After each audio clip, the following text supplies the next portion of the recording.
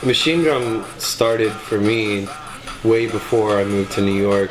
I was in North Carolina in high school around like 98 and 99, kind of experimenting with like jungle and drum and bass and like really heavily cut up like drum and bass kind of stuff, mashed with like hip hop and kind of bouncing back and forth between like hip hop tempos and like double time, you know, really into like underground rap and crazy fucking experimental electronic music at the same time. So it was kind of my outlet for all that stuff.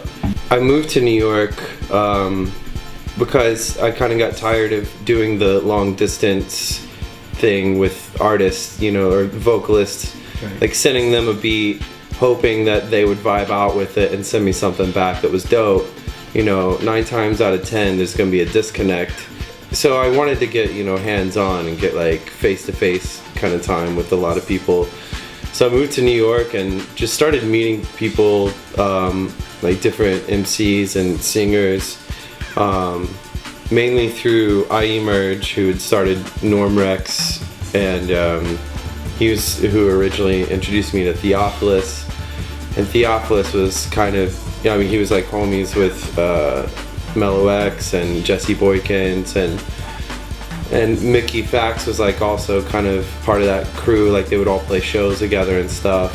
So kind of got to know a lot of those cats like through Theophilus, or just like, you know, suddenly like discovered that whole scene of underground rappers and singers, and I thought it was really dope, and it was exactly what I moved to New York for.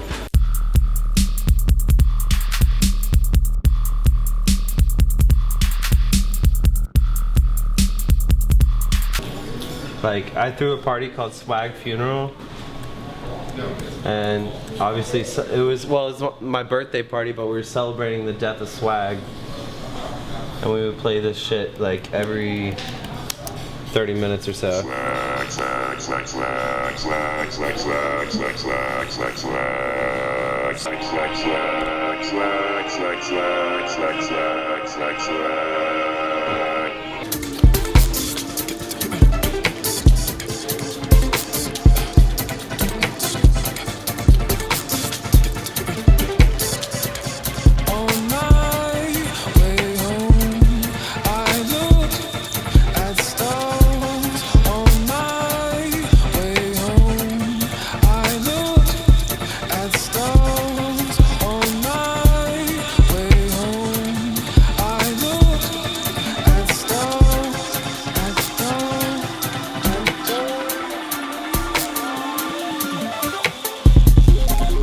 I tend to, like most of my projects, not even Machinedrum, it all tends to like draw from like soulful music.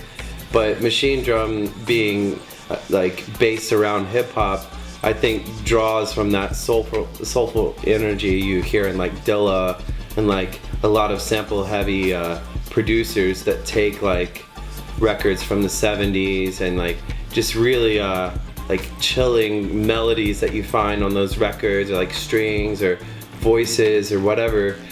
And I've always been drawn to that, but I've also been drawn to the intensity that you can get with electronic music and the experimentation with sound and just sort of you know, creating your own world that you couldn't do with sample-based music, you know.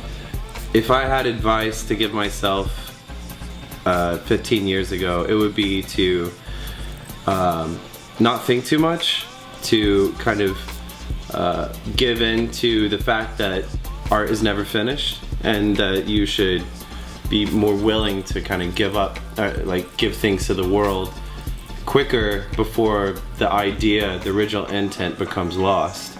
Because I think it's very important to